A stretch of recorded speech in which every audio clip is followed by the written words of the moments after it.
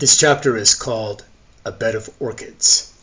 Before we begin, a reading from one of the titans of the universe, Shakespeare, and from Hamlet, Prince of Denmark. It's the opening scene, the opening line. Who's there? Nay, answer me, stand and unfold yourself. Long live the king, Bernardo. As it was taught in my high school English class, that beginning was to show confusion in the state of Denmark. Something wasn't right. So with that, let's get to our story. Who's there? Who? It's me. Two owls, confused, hooting moments before dawn. Go to him. Who said that? Go to him. The she-owl heard a silent message sent to her. By whom? Go to him. He's a good mate for you. Now fly.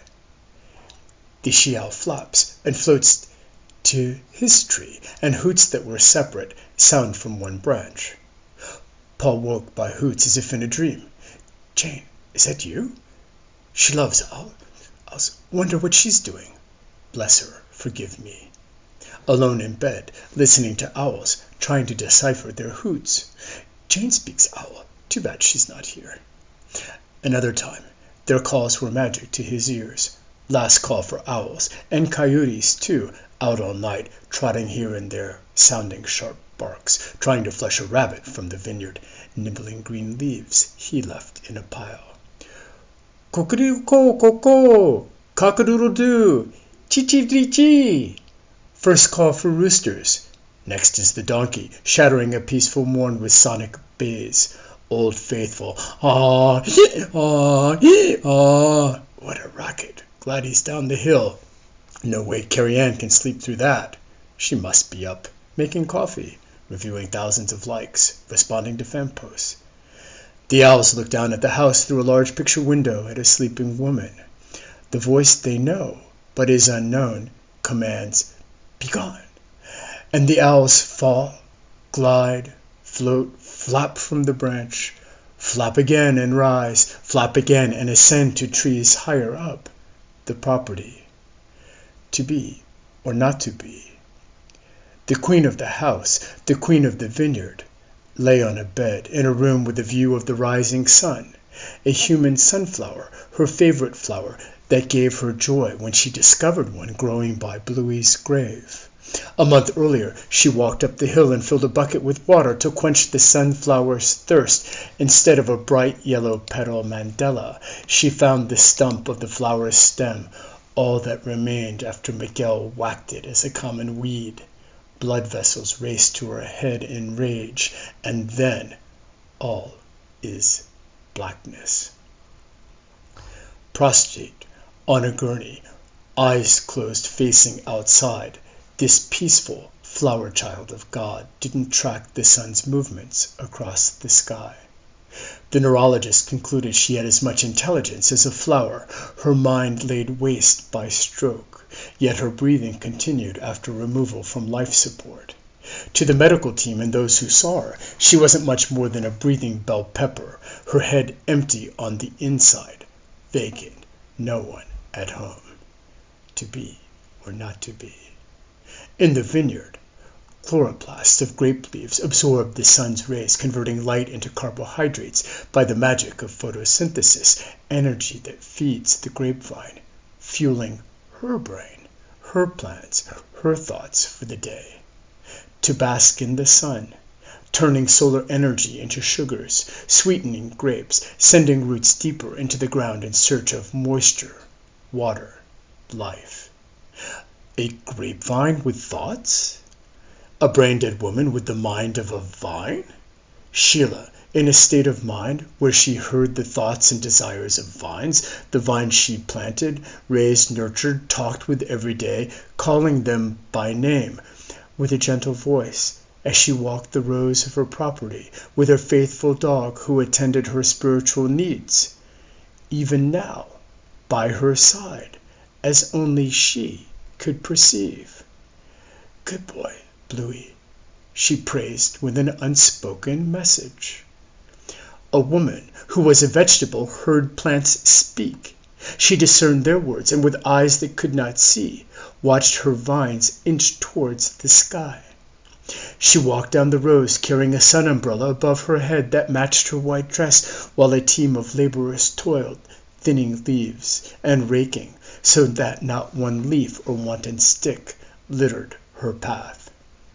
The vineyard life of a vineyard wife was one of blue jeans and thorns and dirt and biting bugs that caused sleepless nights of itching and scratching. And powdery mildew? No one had ever told her before she planted vines you need to spray them. Pulling weeds and raking and keeping the vineyard as spotless as her kitchen. There could be no rest until 5 p.m. when she opened the bottle of wine she had grown or beer she had bought, and those were her comforts, that and her dog.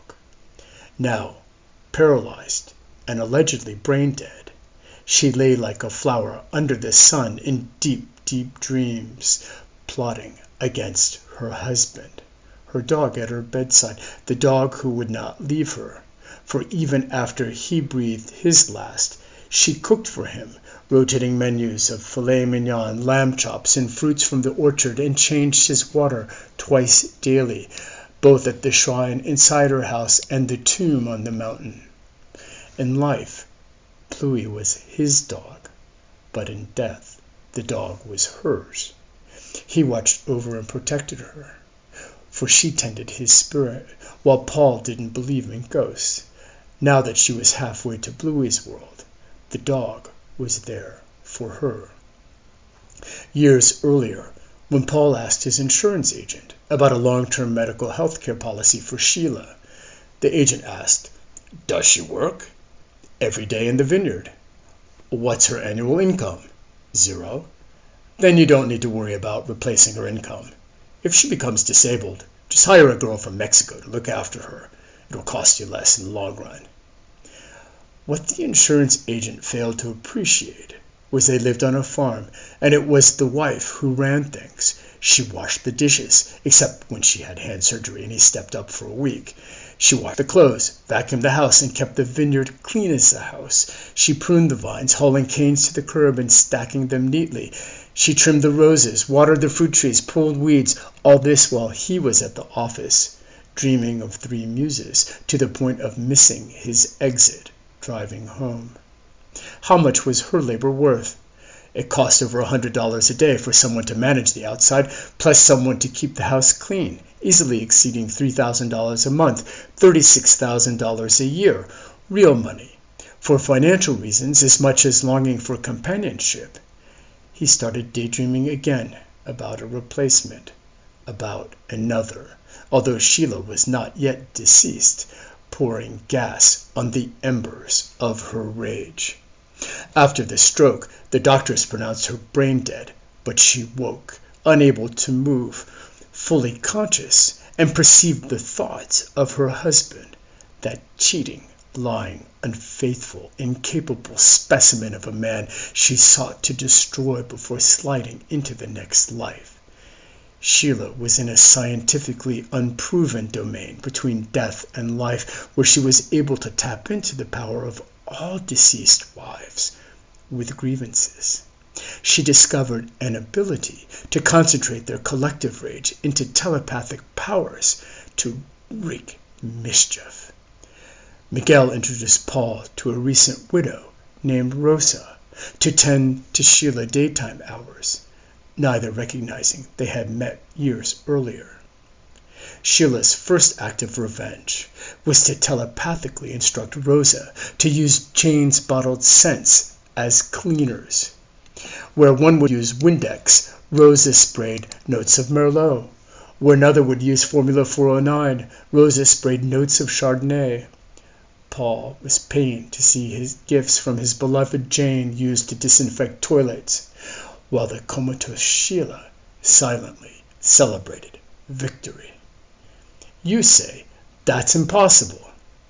How else did the trellis wire snap for no reason and gash Paul's face, just missing his eye? How else can you explain the gopher trap that impaled his hand, when he had set gopher traps for years. It was her, and she reminded him of his vow, his solemn promise not to let her languish, to be or not to be. Paul removed her bedtime clothes, gave her a sponge bath, then pulled the long white dress they had purchased at Nordstrom's over her limp limbs. He wheeled her gurney outside to a shady area of the French terrace. To keep her hydrated, he prepared and inserted a needle into her arm and attached an intravenous bag of fluids, which he expertly learned to do when Bluey had cancer and rested at that same spot. He thought of Bluey, and looked where he died, and imagined he saw him there, panting, with open mouth and tongue hanging. Good dog, he thought, and a lump came to his throat, and he squeezed the bag to force fluids into her body. He looked upon her peaceful face, sleeping like a baby, and remembered a few weeks before, when she asked him to cut her hair, and he wondered if she suspected she was about to die, and wanted to have her hair trimmed before death. And another lump grew in his throat. For 25 years of painful marriage they endured together. Who would have guessed it would end this way after the good times we shared when we met? The self-proclaimed winemaker to the bishop and St. Paul to the slugs stood defrocked, his human nature revealed, having slipped down the slope of killing that brought him to the point of taking a human life. Sheila knew it, felt it. Go ahead, do it, was the message she sent. I told you, I don't want to be a vegetable. With expertise, he pulled the IV from her arm, and as he inserted the IV's needle into the cartridge, he missed and stabbed his finger. Gotcha! The thought escaped her conscience with glee. Did you just stab me? Paul asked. Wait a minute, I've got something for you. Go ahead, do it, she telepathed. He walked inside to the bathroom and tore open an alcohol wipe to sterilize his puncture wound. He opened a cabinet and removed 2 vials. He inserted a needle into the first and pulled the piston, which he had learned to manipulate when measuring acid in grape must, drawing the liquid of death into the syringe. He pointed the syringe up and tapped to remove a small air bubble, then repeated the procedure with the second vial and another syringe. They had discussed this a dozen times after the June 6 incident, when her heart stopped, and each time her final answer was, I don't want to be a vegetable. When they sat down to write their living wills, they both selected do not resuscitate and pull the plug options. When I die, dress me in a white dress and cover my body with orchids. What if we pull the plug and you keep living? Can't you give me a shot of something? That's called murder. I don't care. I don't want to be a green pepper. The California legislature passed the End-of-Life Option Act, allowing the terminally ill to end their lives with the assistance of a physician, so long as the patient swallowed the pills or medication themselves. Injections were not allowed. What was Paul to do with Sheila, unable to ingest the elixir of death herself? He sought advice from the Hemlock Society of San Diego, an advocate organization for patient dignity, choices, and control to make end-of-life decisions that is both a lobbyist and resource for patients and their families. Guided by their volunteers, Paul read through the law and realized it only applied to those who could communicate verbally or by writing. Despite Sheila's clearly expressed wishes, notarized statements, and documented medical directives, for Paul to assist Sheila end her life was outside the law's boundaries. Could you help change the law? He asked. That's what we do. It could take years. A volunteer discreetly introduced Paul to one of the organization's members, who assisted him obtain the drugs he needed to fulfill Sheila's dying wishes that, as a precaution, he concealed in his car's trunk in case he was stopped at one of Escondido's roadblocks. When he arrived home, he opened the trunk, and as he pulled out the potions of death, the trunk slammed down on his skull, stunning him with a long bloody gash and wringing his ear. How does a car trunk suddenly close by itself? Sheila. Paul had fired a rifle at a coyote and killed snakes, rats, gophers, squirrels, mice, a raccoon, rabbit, raven, and innocent sparrow with his own hands. He had overcome hesitation, fear, and morals to snuff the life force from God's creatures, and with similar determination, he hardened his heart and prepared to take a human life. This is what she wants. This is my obligation to her. This is my promise to her. He walked to her bed on the terrace, holding syringes that would stop her heart and breathing. He took a deep breath, letting it escape slowly, the hissing sound reminding him of a rattle. "Snake!" he exclaimed, seeing the white leviathan cocked and coiled at the foot of Sheila's gurney, about to strike. Bluey, barking in snake alarm mode, stirred Sheila from hibernation, although Paul couldn't hear the phantom dog. He dropped the syringes, grabbed the shovel he kept against the side of the house for the day he would confront a snake on the terrace, and stepped towards battle. "Don't kill her." Paul turned towards Sheila. "You can talk?" From the depths of her inner conscious, Sheila concentrated the full force of her telepathic powers on herself, summoning the strength of mind to speak aloud. "Don't kill the snake." The serpent was dangerously close to the gurney and needed to be moved. Paul used the shovel to nudge her off the terrace and returned to his wife, taking her hand into his. "Sheila, can you hear me? Can you talk?" "Paul!" He heard his name, turned his head, and saw a hawk swoop down to the ground, grab the snake, and carry her into the air. "Christine!" The snake twisted, but couldn't escape the raptor's talons, and was carried across the sky under the hawk's wings. Paul turned towards Sheila and saw traces of foam at the corner of her mouth, reminding him how she looked the day her heart stopped. "Sheila, can you talk?" "I'm going." "You can't leave. You're just waking up." "Listen." Her voice barely audible. "What, sweetie?" He knelt beside her with his head close to hers and squeezed her hand. "You better change." "You've been telling me that for years," he said with a laugh, relieved she was coming back. She smacked her lips and swallowed, inhaled softly, then spoke. "Bluey is God."